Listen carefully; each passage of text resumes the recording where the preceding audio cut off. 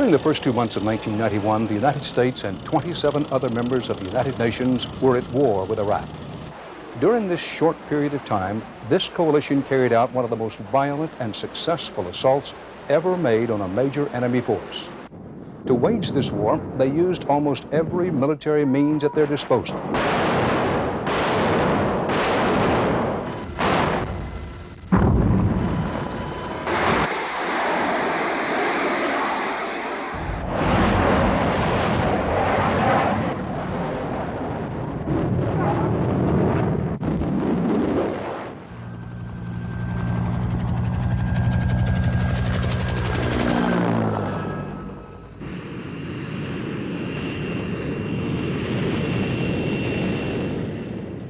I'm Dan Rather. This is the story of how the United States suddenly found itself halfway around the world in a war not so much against a nation as against a single person, a man who bragged that if he was challenged, American soldiers would drown in their own blood in the mother of all battles. The enemy was Saddam Hussein, the unelected president of Iraq. Saddam had risen to power using murder and terror to destroy his opposition and to control his people. He had squandered his country's oil wealth on a war with neighboring Iran, a horrible 8-year conflict in which 1 million people died for a cause that was never very clear. For the United States, the Iran-Iraq conflict was a war between two countries for whom we had little love. But we supported Saddam because he was keeping Iran in check. We could also imagine he was the avenger for Iran's heartless treatment of American hostages. When Saddam's war with Iran was finally ended, there was no winner. Iraq had gained nothing but enormous casualties and financial chaos. Nevertheless, Saddam Hussein's unrestrained desire to be the ruler of the region remained. So too did his insatiable appetite for the weapons to back him up. To fulfill his ambitions, he needed huge amounts of hard cash, more than he was currently earning with his exports of oil. With his economy almost at a standstill, the Iraqi dictator began to seek relief by putting pressure on yet another neighbor, the tiny kingdom of Kuwait. The oil-rich sheiks of Kuwait had lent billions of dollars to Saddam during the war years to keep their powerful neighbor at bay. Now the Iraqi chief wanted that debt forgiven. In negotiations with Kuwait, Saddam Hussein demanded the use of 2 islands in the Persian Gulf as terminals for his oil tankers. He accused the Kuwaitis of advancing their boundaries to the north, driving down oil prices by pumping too much, and drilling at an angle under the border to steal his reserves. He wanted money and some of their oil fields in repayment. It seemed America chose not to become involved in Iraq's dispute with Kuwait. The U.S. ambassador, April Glaspie, met with Saddam on July 25, 1990. According to an edited Iraqi transcript of the meeting, she told him, "We don't have much to say on Arab differences like your border difference with Kuwait." Saddam never believed that other Arab nations would permit American troops on their soil to fight against him. He began to move 100,000 men across Iraq to take up positions on the Kuwaiti border. Then on August 1st, 1990, saying Kuwait was not interested in satisfying his demands, Saddam ordered his minister to leave the negotiations. The next day, August 2nd, 1990, Saddam sent his army into Kuwait, supposedly to support a Kuwaiti coup against the ruling family. In only a few hours, his troops seized the entire nation. The addition of the Kuwait fields now gave Saddam control of 20% of the world's oil. The first pictures of what happened were smuggled out later. Will those in favor of the draft resolution contained in document S/21425 please raise their hand? Before August 2nd was over, the United Nations Security Council met and voted 14-0 to condemn the Iraqi invasion and demand its immediate withdrawal from Kuwait. The Iraqi forces will be withdrawn as soon as the situation is settled down and as soon as the free government of Kuwait has so wished. We hope that this will be a matter of few days or few weeks at the latest. 3 days later, the Iraqis were still in Kuwait, and George Bush was angry. Iraqi lied once again. They said they were going to start moving out today, and we have no evidence that they're moving out. People who are now in control in Kuwait are saying they may close some of the embassies in Kuwait City, that they will regard any reaction against them as you should take care if you have your nationals in our country. Isn't that a threat? I'm not trying to characterize threats. The threat is a vicious aggression against Kuwait, and that speaks for itself, and anything collaterally is just simply more indication that these are outlaws, international outlaws and renegades. And I want to see the United Nations move soon with Chapter 7 sanctions, and I want to see the rest of the world join us, as they are in overwhelming numbers, to isolate Saddam Hussein. Mr. President, will those in favor of the draft resolution contained in document S/21441 please raise their hand? The next day, the Security Council voted 13-0 to put pressure on Iraq by passing a far-reaching trade and financial boycott. This resolution stated in effect that no nation should buy or sell anything to Iraq while its forces remained in Kuwait. Its purpose was to pressure Saddam Hussein by placing him in economic isolation. The United States and many members of the UN promptly froze Iraqi and Kuwaiti assets. Moscow, which along with France and China had supplied Saddam's army, halted arms shipments. Throughout the world, oil prices began to rise. The Palestine Liberation Organization, the PLO, made it known that it was casting its lot with Saddam. Yasser Arafat went to Baghdad, drawn by Saddam's insistence that the entire question of Kuwait should be linked to Israel's occupation of Arab lands. There was a major fear that after swallowing Kuwait, Saddam would send his armies southward for a quick conquest of Saudi Arabia. His troops and armor moved in that direction, but stopped just short of the Saudi border, where they began to dig in and prepare defensive positions. On August 7th, President Bush responded to an urgent Saudi request for help. He ordered American troops to go to the kingdom to help in its defense. The operation was called Desert Shield. Its first aim was to build up American military strength from zero to about 200,000 in as short a time as possible. When Saddam Hussein invaded Kuwait, we had about 10,000 people in the Middle East, which basically was comprised of 5 ships and a carrier on its way. And that's all we had out there. In 3 months after that, which took us into early October, we went from 10,000 people to 230,000 people. And it was agony doing that to the United States.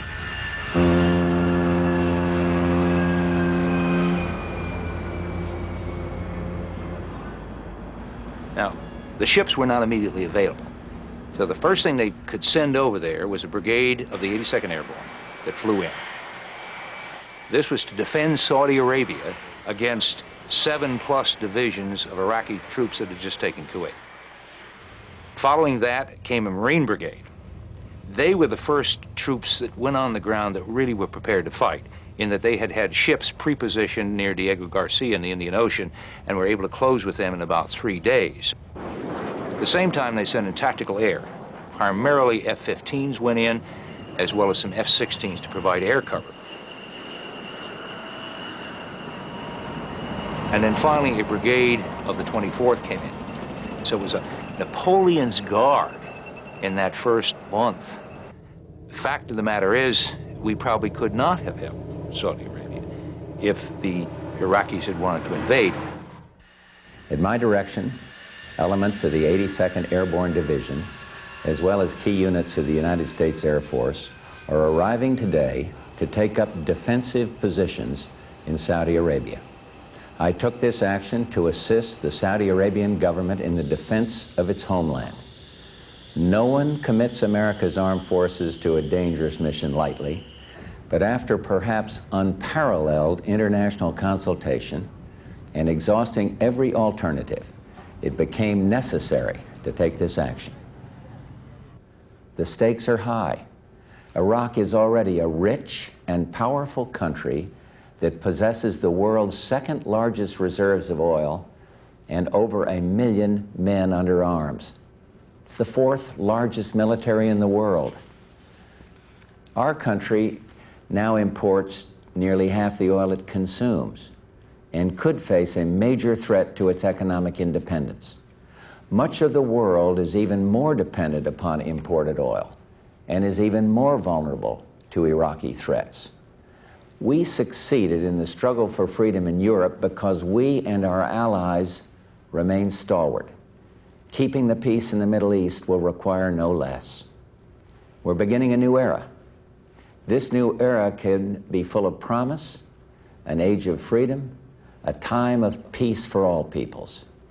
But if history teaches us anything, it is that we must resist aggression or it will destroy our freedoms. Appeasement does not work. As was the case in the 1930s, we see in Saddam Hussein an aggressive dictator threatening his neighbors. Only 14 days ago, Saddam Hussein promised his friends he would not invade Kuwait. And 4 days ago, he promised the world he would withdraw. And twice we have seen what his promises mean. His promises mean nothing. The president had drawn his line in the sand. Saddam Hussein's reaction came the same day when he announced the annexation of Kuwait as Iraq's 19th province. Later, we would hear Baghdad radio say over and over again that Kuwait is a part of Iraq forever. This is U.S. Navy Warship Channel 17, over. Yes, this is the Japanese LPG tanker Sun River. To further enforce the UN embargo, a naval blockade was set up both in the Persian Gulf and the Red Sea. Request your nationality, over. Nationality Japan. Request the port of origin. What was your last port, over? Last port is Kashima in Japan, and destination last town, over. Request your cargo, over. Cargo is LPG, liquefied petroleum gas, over. So far, I have no paperwork that supports that or shows who is receiving the cargo in Aqaba, over. The mandate to our naval commanders was simple. No strategic materials would go into Iraq and none of their oil would come out. On ships such as the frigate USS Taylor, the crews began to flex their firepower in preparation for the coming confrontations.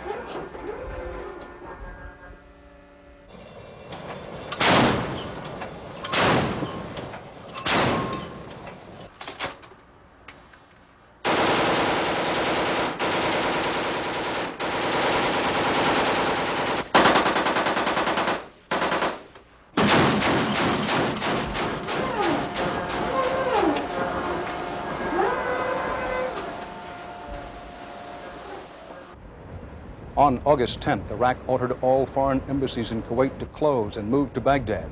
But President Bush ordered the United States Embassy to remain open. The ambassador would ultimately stay on for 3 months. After the Iraqis cut off their supply, the small staff of Ambassador Nathaniel Howell used water from the embassy's swimming pool. Meanwhile, at an Arab summit in Cairo, Egypt, Syria, Saudi Arabia, and other Persian Gulf states decided to send troops into the Saudi desert to take up positions alongside the Americans. But questions remained. If the war actually started, would Arab fight Arab? Ladies and gentlemen, the President of the United States, accompanied by the Secretary of Defense, Dick Cheney, and the Chairman, Joint Chiefs of Staff, General Colin Powell. On the 15th of August, President Bush once again vented his anger against Saddam Hussein. Our action in the Gulf is not about religion, greed, or cultural differences, as Iraq's leader would have us believe. What is at stake is truly vital. Our action in the Gulf is about fighting aggression and preserving the sovereignty of nations. It is about keeping our word, our solemn word of honor, and standing by old friends. And it is about our own national security interests and ensuring the peace and stability of the entire world.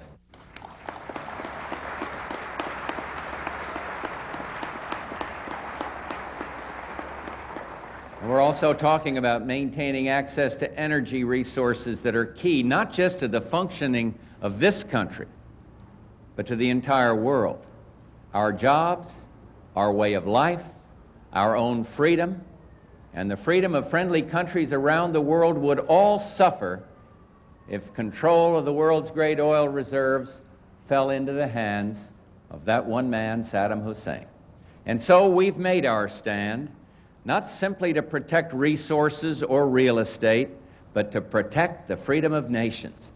And we're making good on long-standing assurances to protect and defend our friends who have the courage to stand up to evil and are asking for our help.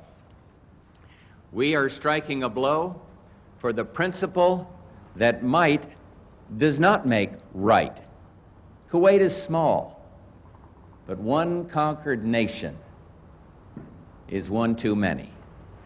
Half a century ago, our nation and the world paid dearly for appeasing an aggressor who should and could have been stopped, and we're not about to make that same mistake twice.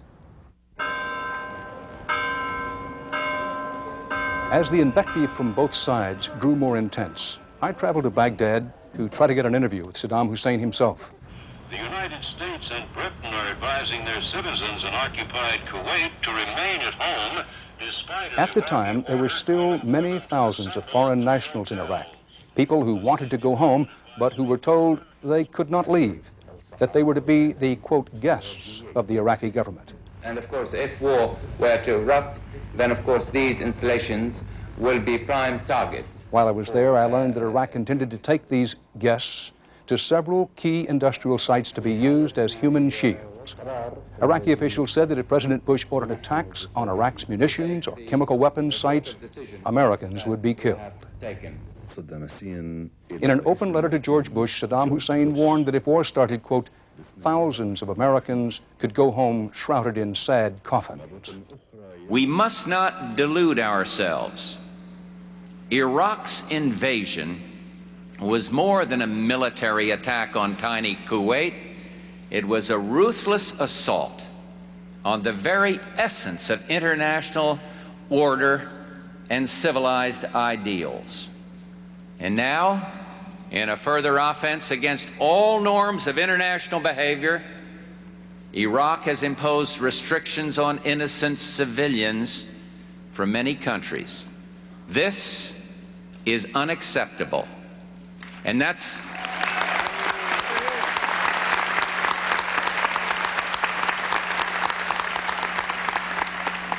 why the United Nations Security Council voted unanimously Saturday night to condemn Iraq's action, just as it earlier voted to condemn the invasion itself.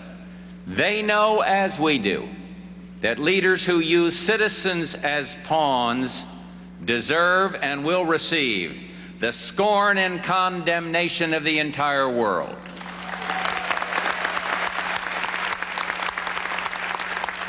We've been reluctant to use the term hostage, but when Saddam Hussein specifically offers to trade the freedom of those citizens of many nations he holds against their will in return for concessions, there can be little doubt that whatever these innocent people are called, they are in fact hostages. And I want there to be no misunderstanding. I will hold the government of Iraq responsible for the safety and well-being of American citizens held against their will.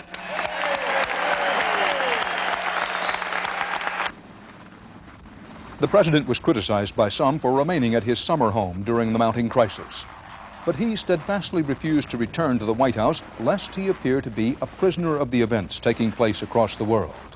He believed this had been Jimmy Carter's mistake at the time of the Iranian hostage crisis. During the late summer, the nation's business was conducted from Kennebunkport, Maine. We are activating those special categories of reservists that are essential to completing our mission. The United States considers its reserve forces to be an integral part of the total military command. These essential personnel will soon be joining the cohesive organization required to support the military operations in and around the Arabian Peninsula. And I have the highest confidence in their ability to augment the active forces in this operation. One of the problems at the beginning of this thing was that the Army particularly had invested the support skills, quartermaster, trucks, medicine, had deliberately placed them in the reserves in order that the active duty part of the Army would be combat skills. Now, the minute they put an army of 300,000 in the field, they had to have the support skills. And so they had to go to the reserves to take it up. In Iraq, Saddam Hussein decided to show the world he was not, as many called him, the butcher of Baghdad. He met with a number of British hostages and invited his television cameras to record the bizarre event. The propaganda effort backfired when the world saw an unhappy child, a potential human shield, brought in to be petted by the dictator. حتى الآن نحن لم نلتقي بالأمين العام للأمم المتحدة. On August 29th, CBS News got its interview with Saddam Hussein. Mr. President, respectfully, a hostage is a hostage is a hostage. I have to believe that you, an intelligent person, knows that these people are hostages. أنتم تعرفون أن هؤلاء يعتبرون رهان. إذا كان المفهوم بهذه الكيفية، لماذا احتجز الأمريكان عدد من اليابانيين يعني بعشرات الألوف في الحرب العالمية الثانية؟ If that is how you conceive the situation to be, then how come that the United States kept or retained thousands of Japanese during the Second World War? Well, I'm not here to defend that. أنا لا أريد أن أدافع عن هذا الموضوع. But it was a long time ago in a different situation. ولكن قبل فترة طويلة كان هذا الموضوع مختلف. Would you consider letting all of these hostages go? Why is it different? Wasn't it done because you wanted the war not to go on for long? No, it was done for internal security. But أجري هذا العمل من أجل الأمن داخل. نحن نجري هذا العمل من أجل السلام. We are doing this for peace, which is a much more sublime objective than internal security. What are the chances, Mr. President, that you underestimate the power of the United States military? What are the chances that a quick, powerful strike could knock you out immediately? No single strike, however strong, however destructive, however potential, can destroy a whole people. يعني أمريكا معتمدة على سلاح الطيران. The United States relies on the Air Force. سلاح الطيران لم يحسم معركة في كل تاريخ الحروب. And the Air Force has never been the decisive factor in a battle in the history of wars. So yes, the United States Air Force may be able to destroy cities, plants, installations, and people, but it will never be able to be decisive in concluding a battle. هذا على المستوى الحديث عن التقنية والمقاتلين والحرب في إطار فني. This is on the level of technical talk about, war in the technical sense. ولكن على المستوى الآخر الله معنا والشيطان مع الإدارة الأمريكية. God is on our side and Satan is on the side of the American administration. هل بإمكان الشيطان أن يغلب الله؟ So can Satan or the devil win over God? Among the more interesting things about the interview was what Saddam Hussein didn't say on camera. As he walked with me through the halls of the presidential palace, he said, "You Americans lack the resolve to go to war." He thought we could never again stand the sight of Americans coming home in body bags. It was one of Saddam Hussein's many miscalculations. By the second week in September, life seemed almost normal in Baghdad. there were few signs that the United Nations sanctions against Iraq were moving Saddam to withdraw from Kuwait. Instead of acknowledging his error, he was instead becoming more and more belligerent. He reaffirmed that the crisis was an Arab matter and that it involved Israel. He vowed never to leave Kuwait, that it was irrevocably part of Iraq. Our objectives in the Persian Gulf are clear. Our goals defined and familiar. Iraq must withdraw from Kuwait completely, immediately, and without condition.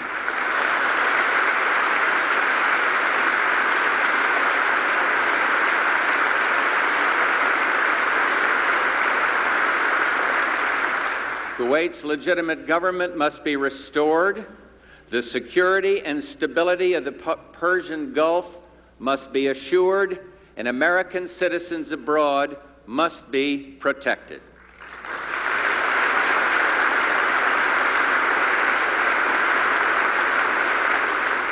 These goals are not ours alone. They've been endorsed by the United Nations Security Council 5 times in as many weeks. Most countries share our concern for principle, and many have a stake in the stability of the Persian Gulf. This is not, as Saddam Hussein would have it, the United States against Iraq. It is Iraq against the world. And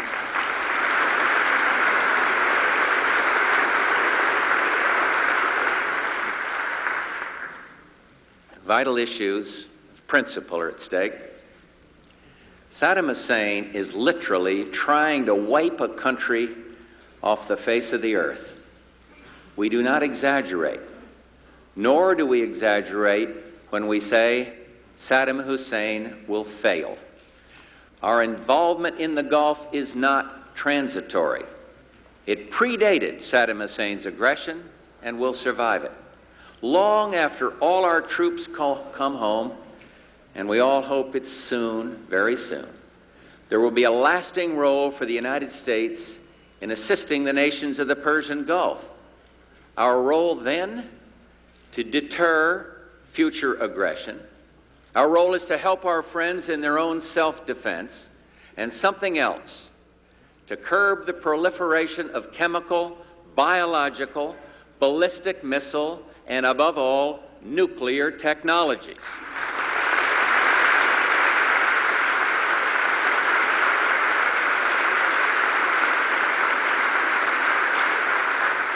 And let me also make clear that the United States has no quarrel with the Iraqi people.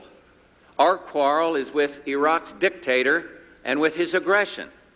Iraq will not be permitted to annex Kuwait. And that's not a threat, it's not a boast, it's just the way it's going to be.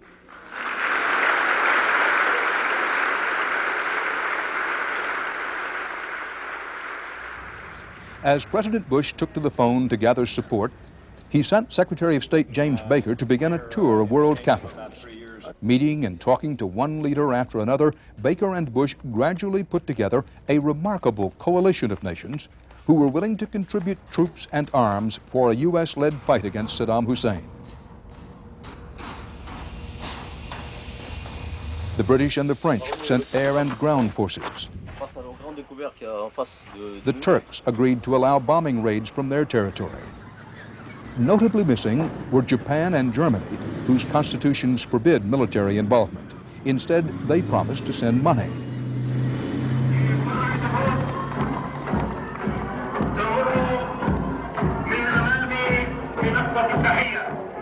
With Iraq seemingly on a collision course with the Allied coalition, a flurry of diplomatic activity began to take place.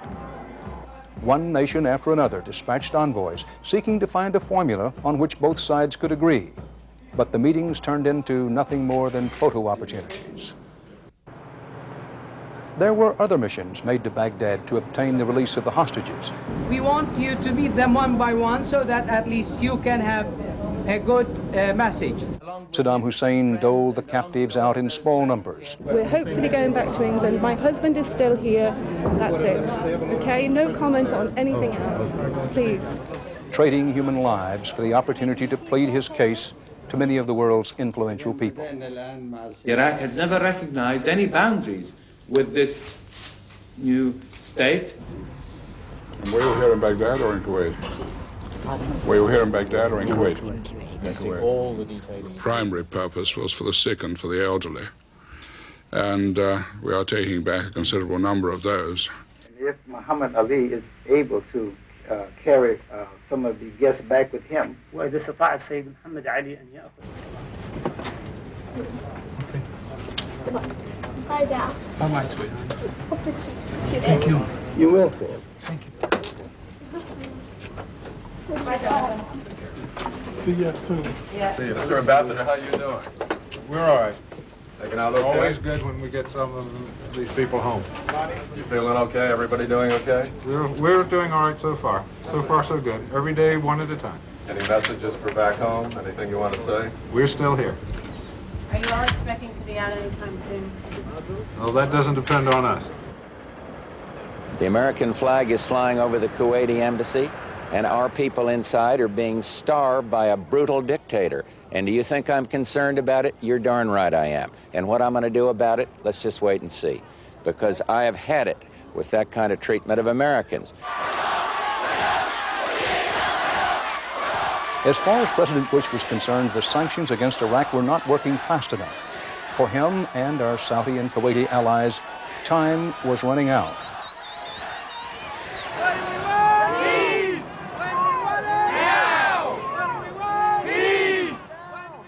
Although peace demonstrators took to the streets both before and during the war, their protests never shook the nation as they had during the Vietnam conflict. Yet the specter of that unhappy conflict in Asia would hang over much of this war.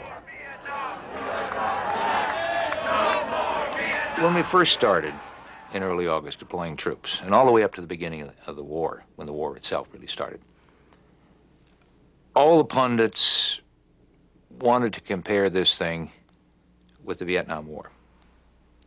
How we fought, how we were organized. And yet there was no comparison at all. In Vietnam, it was an army of draftees, army taken off the streets from ghettos. The army that went to this war came out of the ashes of Vietnam and the lessons learned from Vietnam. One, black horse soldier. Two, do your best. We went to the all-volunteer force. The officers were graduates of school after school after school, where they not only practiced the arts of war, but studied the arts of war. We had groomed a professional armed force that had been training intensely, receiving these new high-tech weapons and learning how to use them, and how to use them well. Oh, we got it! Oh, that blew the hell out of it! Go, go, go, and go! Hard training. Hard training in the deserts of California, hard training in Egypt, hard training in Europe. So when the Army finally came in, it was an army unlike the United States has really ever had. 1, 2, 3, 1, 2, 3, 1, 2, 3, 4, 1, 2, 3. It was not a citizen's army that we like to talk about. It was a true professional army. Got me? Yeah. The fact that this was an army of careerists, not an army of draftees or people who couldn't wait to get out the door. When they got loose in the battlefield, they prevailed over an army whose officers ran and who were conscripted. Much has been said of, oh, well, you get this great chasm between the people and its army in the all-volunteer. We've heard those words. It didn't happen. The yellow ribbons went up. The career troops had families at home. And so they were not apart from the people that they represented, contrary to what many people had said about what was going to happen. It was this professionalism, this training, this esprit that gave much to overcoming the enemy on the battlefield, in addition to the weapons and the technical means. The rapid buildup in the Gulf continued.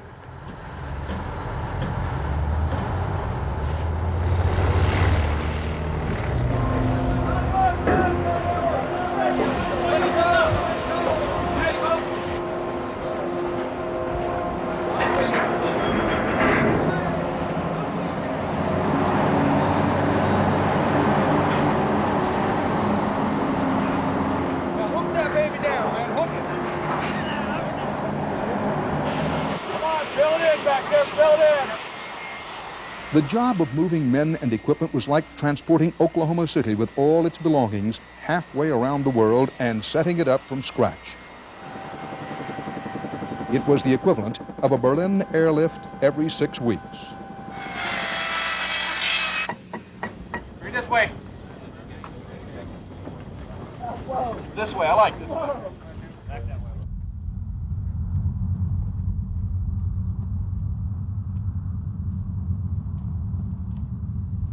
Just go ahead and relax, drink plenty of water. Important, you drink plenty of water. You already say you've already sweated 3 quarts since you've been here. Well, I've been here 20 minutes, you know?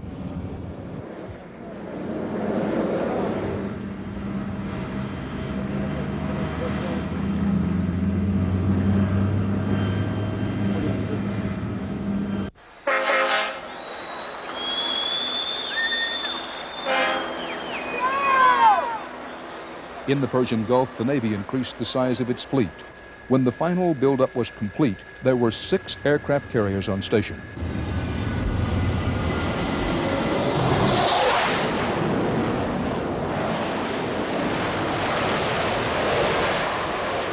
There were also the battleships Missouri and Wisconsin with their powerful 16-inch guns.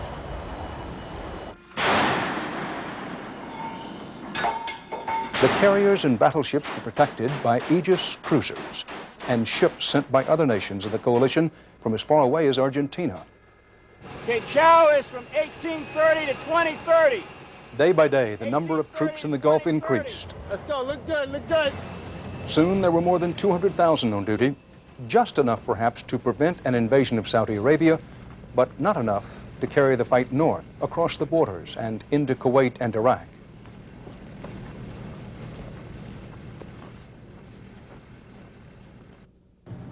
Election day fell on November 6th, and despite the strong campaign efforts of the president, the congressional Republicans did relatively poorly at the polls. President Bush waited just 2 days after the election before he announced a huge increase in the number of troops ordered to the Gulf. After consultation with King Fahd and our other allies, I have today directed the Secretary of Defense to increase the size of U.S. forces committed to Desert Shield to ensure that the coalition has an adequate offensive military option should that be necessary to achieve our common goals. The increase, totaling almost 300,000 additional troops, changed the coalition's posture from one of defense to one of offense. In mid-November, the U.S. forces began near the Kuwaiti border a large amphibious exercise called Imminent Thunder. Its purpose was to convince Saddam that should war come, his armies would be facing a marine onslaught from the Persian Gulf itself.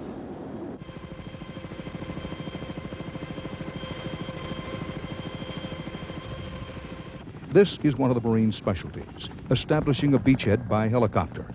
Once secured, the beachhead gives them a supply base on shore. In any real war, they do it under a curtain of heavy air support and behind a curtain of shell fire from battleships offshore.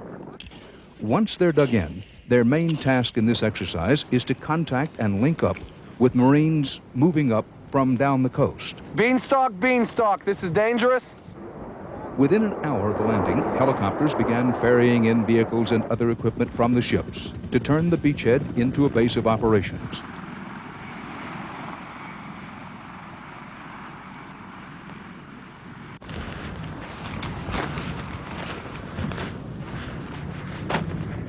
Saddam called the maneuver provocative and ordered thousands of his troops to take up positions facing eastward towards the sea. At the time, only a few people knew that the president had already approved a timetable for launching first an air and then a ground war against Iraq. The men who would lead the conduct of that war were already in place. The Secretary of Defense was Dick Cheney. Cheney, 49 years old, was known for his deliberate manner. I disagree with some of the members of this committee. I do believe Congress leaks like a sieve. I think this committee has leaked. But I also spent a long enough period of time in the executive branch to know that it leaked like a sieve as well. He had been a conservative Wyoming congressman when George Bush tapped him for the job in defense. Cheney had never served in the military, and he was in the process of reducing the size of U.S. armed forces for budgetary reasons when the crisis arose. In Washington, reporting to Cheney was 53-year-old Army General Colin Powell, the chairman of the Military Joint Chiefs of Staff. Powell was born and raised in the Bronx section of New York City. His parents were Jamaican immigrants. A veteran of Vietnam, General Powell rose to become Assistant for National Security Affairs to President Ronald Reagan. It was President Bush who made Powell the youngest man and the first black ever to head up the Joint Chiefs of Staff. Ladies and gentlemen, I am most pleased to introduce the man that I have selected to be the next chairman of the Joint Chiefs of Staff, General Colin L. Powell. Colin Powell has had a truly distinguished military career. Powell said he didn't believe the United States should be the world's policeman, but he said, guess who gets called when suddenly someone needs a cop? The field commander of the Allied forces was 56-year-old four-star Army General H. Norman Schwarzkopf III. Many of his troops called the opera-loving Vietnam hero Stormin' Norman. Let's face it, if he dares come across that border and come down here, I'm completely confident that we're going to kick his butt when he gets here. And it's going to be because of you folks right here. But the 6'3", 240-pounder preferred being called the Bear. Never in doubt about the war's outcome, Schwarzkopf had enormous concern about the welfare of the rank-and-file soldier. Obviously, the first thing we brought in here wasn't the laundry service. So I think for a while you're probably going to have to, wash your clothes at the same time you take a shower or something like that. He worried constantly that Saddam Hussein might attack with poison gas before the Allies were ready to fight. It was Schwarzkopf who devised the ultimate plan of battle and set the dates for the action to begin. There were stories coming out of occupied Kuwait that Iraqi soldiers were committing atrocities on Kuwaiti citizens. I worked in one of the main hospitals in Kuwait until a few days ago. Many families came to the hospital looking for their daughters who had been taken away by Iraqi soldiers. They were checking every hospital to find if their daughters were alive or dead. The reported horrors lent urgency to the notion that whatever action had to be taken as quickly as possible. Over time, the United Nations Security Council passed a series of 12 resolutions designed to dislodge Saddam Hussein from Kuwait. One resolution called for full payment of all damages done to the nation. Another called for Iraq to disavow its annexation of the country. But their most important vote authorized the United Nations coalition to use force to drive the Iraqis from Kuwait. The deadline set for the use of military action was January 15th. President Bush, in one last attempt to make his message of no compromise absolutely clear, sent Secretary of State James Baker to meet Iraqi Foreign Minister Tariq Aziz in Geneva, Switzerland.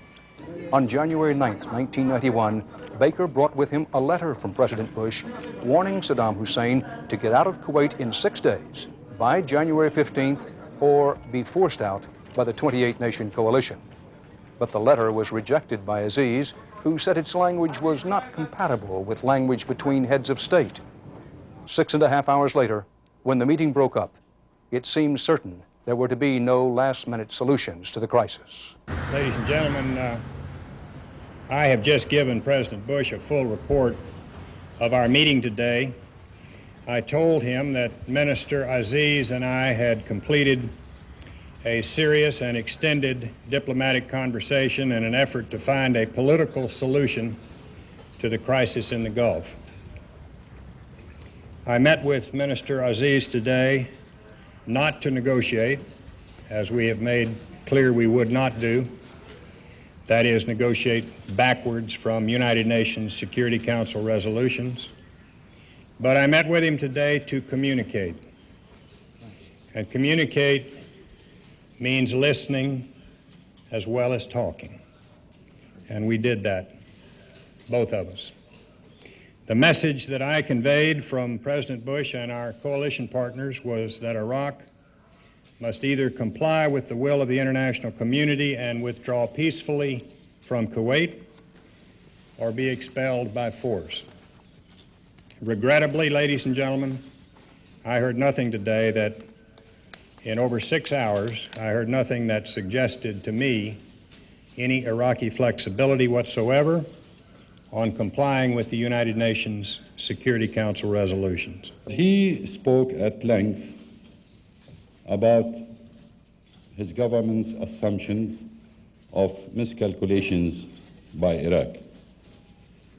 And when I came to that point, I made it clear to him that we have not made miscalculations. We are very well aware of the situation. We have been very well aware of the situation from the very beginning. We know what the deployment of your forces in the region mean. We know what the resolutions you imposed on the Security Council mean. And we know all the facts about the situation, the political facts, the military facts, and the other facts. So talking about miscalculation is incorrect. Saddam Hussein must in some way be hoping and living by this Arabic proverb that the jackal is a lion in his neighborhood, that in his neighborhood he's a lion, he will prevail in the end, that even if we were to take him to war, that war will not be the great terrible sword that will deliver a magic solution, that we can throw the first punch and that he can take it and then he can get us into a drawn-out affair, and that in the end he could prevail and he could win politically even if he were to suffer a military defeat. That in the end, war will not be the great ultimate solution that we're banking on. It was now apparent that war was inevitable. In Baghdad, Aziz told CBS News that if war came, Iraq would attack Israel. Israel said it could take care of itself, but was desperately afraid Saddam would use poison nerve gas on its population. Within weeks, Israeli citizens were issued gas masks. The Israelis were confident that their fighter pilots could take care of any attempt by Iraq to bomb Israel from the air. However, Saddam Hussein had another weapon, one the Israelis could not shoot down.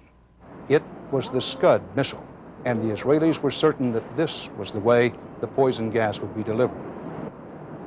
Meanwhile, at home, a major problem continued to brew for George Bush. Although they had no love for Saddam Hussein or what he had done, some members of the United States Congress, particularly Democrats, felt it might be a mistake for the president to commit the nation to war without congressional assent. They saw it as a constitutional duty. Some believed that, given enough time, the economic sanctions against Iraq might yet work. Even those in favor of immediate action wanted the issue brought to a congressional vote. At first, President Bush argued that he did not need the consent of the Congress to act. He believed, he said, he already had sufficient authority to commit the armed forces to battle.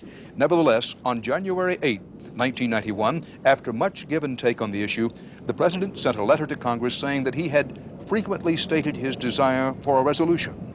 It was the first request by a president for military action since the Gulf of Tonkin resolution in 1964. George Bush did not want to repeat the mistake of Vietnam when a president went to war without Congress and the people on his side.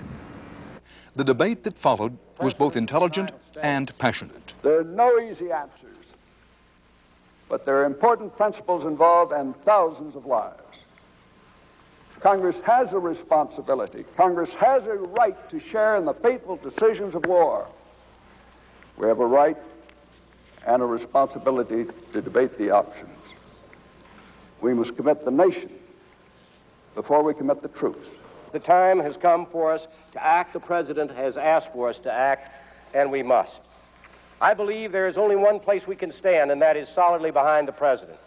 I believe we must pass a resolution similar to the one that was passed by the UN Security Council in November, one that unconditionally authorizes the use of force. Consider what an extraordinary farce it would be if the United States Congress did not exercise an independent judgment about war. Are we in the United States of America supposed to go to war simply because the President thinks we should and has put us, or so many people, in the position of having to support him just to back him up? On the eve of this date of the 15th, across the ocean comes the message that Congress of the United States is not with you. I asked my friend, what is his assessment of the impact on the fighting spirit of the man and woman in the Gulf upon learning that Congress does not give full support to their commander-in-chief and, in effect, to them. Mr. Biden. Mr. Biden, aye. By a large margin in the House and a narrow one in the Senate, George Bush won his resolution. He now had congressional go-ahead to act. With the debate over, Congress then joined ranks behind the president and showed unified support for our armed forces in the Arabian Desert. But Saddam Hussein was convinced the United States would rather talk than fight. He felt that time was on his side.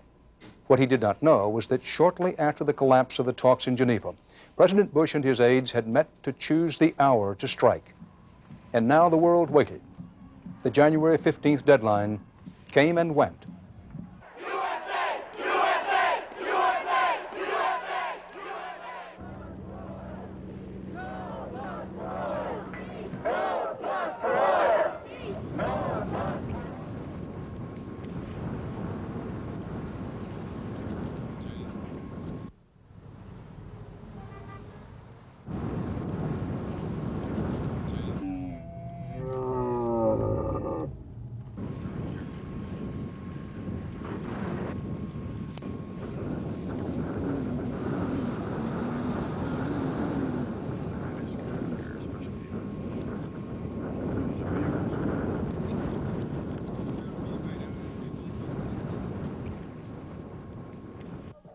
ECO, time until launch, 1 minute. 1 minute to launch. 1 minute, sir. Then on Wednesday, January 16th, 1991, at about 7 p.m. Eastern U.S. time, the battleships Missouri and Wisconsin launch 100 Tomahawk cruise missiles toward Iraq. 8, 7, 6, 5, 4, 3, 2, 1, launch.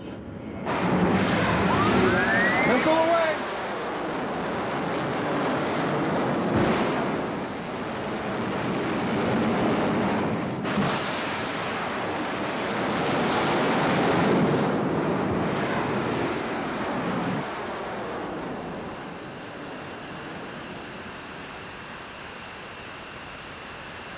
Then came the planes from the carriers in the Gulf, from the airfields throughout Saudi Arabia.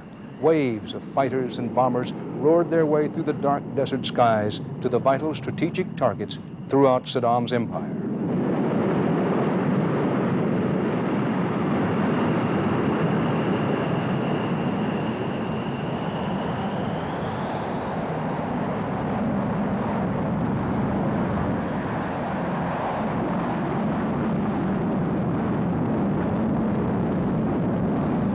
The many Americans who were tuned to television that night heard reports that something explosive was happening in Baghdad.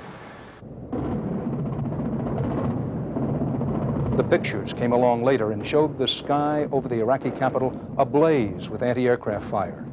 It was the onset of Operation Desert Storm. Air attacks are underway against military targets in Iraq. We are determined to knock out Saddam Hussein's nuclear bomb potential. We will also destroy his chemical weapons facilities. Much of Saddam's artillery and tanks will be destroyed. Our operations are designed to best protect the lives of all the coalition forces by targeting Saddam's vast military arsenal. Initial reports from General Schwarzkopf are that our operations are proceeding according to plan. 2 days later, General Schwarzkopf told what had been achieved in the first hours of the war. We are flying a total of about 2,000 air sorties of all types each day. More than 80% of all of those sorties have successfully engaged their targets. The sorties are being flown by the United States Air Force, the Navy, the Marines, and some Army. At this point, I'd like to introduce to you Lieutenant General Chuck Horner. Chuck Horner is the commander of the United States Central Command Air Forces. Since August, we have been planning this campaign. And I think the one person who is probably could be considered the architect of the entire air campaign as is being conducted today is Chuck Horner.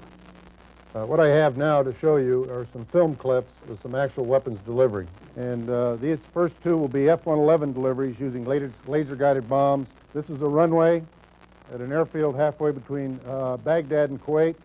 The center of the runway is the end point. This is where the laser designator is pointed. This is taken at night with infrared sensors. And there the bomb goes off in the center of the runway. The next one is a Scud storage building in Kuwait. And keep your eye on the entrance to the storage.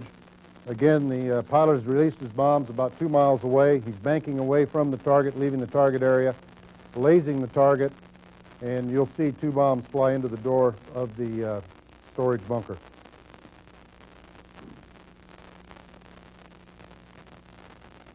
You can almost get airsick watching this.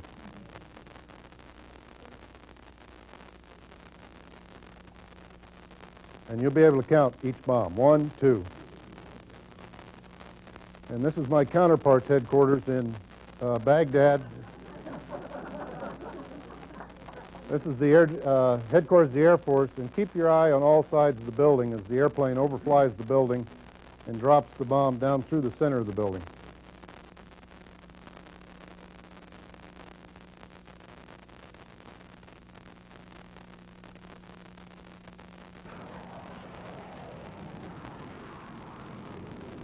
There was euphoria after the briefing. The Israelis, who thought the American Air Force didn't have the skills to find and destroy Iraq's Scud missile sites, had nothing but congratulations for the work of the U.S. pilots. America, good. It was amazing, just amazing. Very good. Why? Very good. At the briefing in Riyadh, the impression was given that in those first raids, Saddam's Scud bases in western Iraq had been virtually eliminated.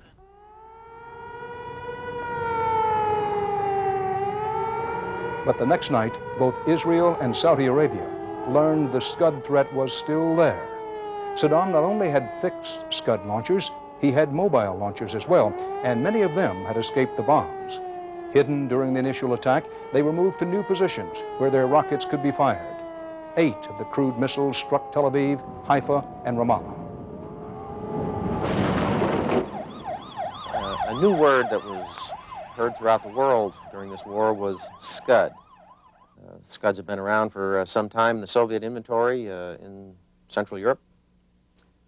It's a ballistic missile, has a range of 200 to 400 miles depending on the version. Carries a 1,000 to 2,000 pound warhead, again depending on the version. And it is World War II kind of accuracy. And so one heard the description of the Scud as a terrorist weapon.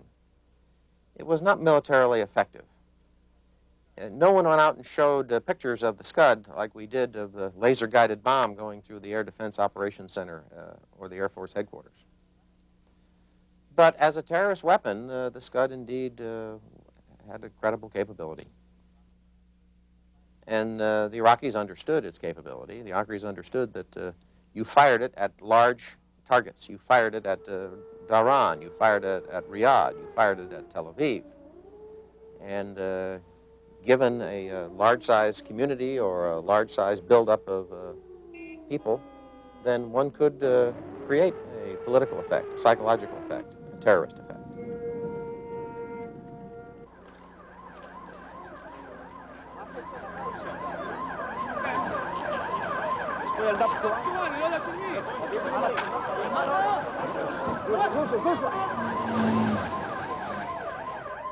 Every time a Scud slammed into Israel, the Israelis waited to find out if once again Jews were to be victims of poison gas. Another question had to be answered as well. Would Israel follow its long-standing policy to violently strike back for every attack on its people? But this time, it was feared an Israeli retaliation on Iraq might change the nature of the war. If Israel attacked Saddam Hussein, it was possible the Arab nations would leave the coalition.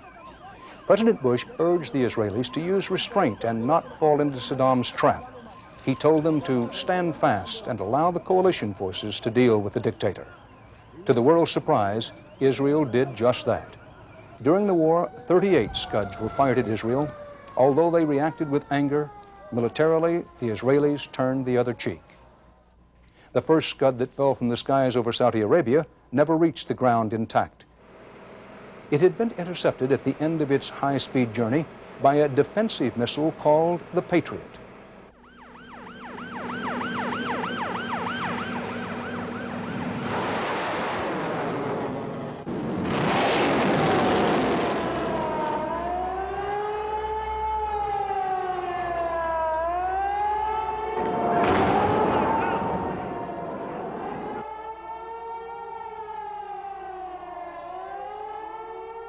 The U.S. had been thinking about for some time how to deal with tactical ballistic missiles.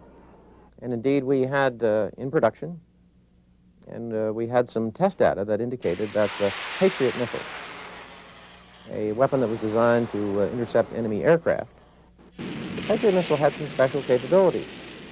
And indeed, with some additional software, some additional code in the computer, and some modification of the warhead so that the fusing was just a little more precise and a little quicker, that one could counter tactical ballistic missiles with a Patriot missile system. Patriot was used for the first time in combat in Desert Storm. It was the first use of an anti-ballistic missile, and it demonstrated that one can indeed hit a bullet with a bullet.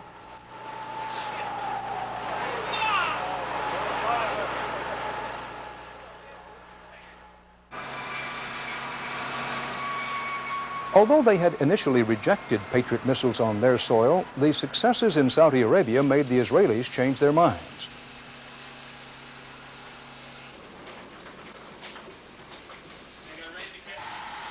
As quickly as possible, Patriot batteries manned by American soldiers were rushed to Israel to provide a protective umbrella for their major cities.